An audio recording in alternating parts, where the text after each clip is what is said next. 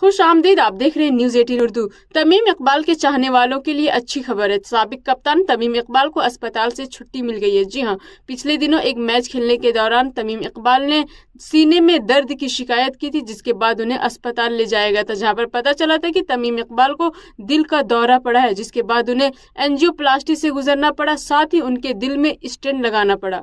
Doctor ने कहा कि तमीम इकबाल के सेहत में सुधार को देखते हुए उन्हें डिस्चार्ज कर दिया गया है। हालांकि तमीम इकबाल को डॉक्टर ने सलाह दी है कि वो अपनी लाइफ स्टाइल में बदलाव करे। डॉक्टर्स ने ये भी कहा कि 3-4 महीने के बाद मेडिकल बोर्ड एक बैठक करेगी, जहां पर तमीम इकबाल के क्रिकेट की वापसी पर फैसला लिया जाना है।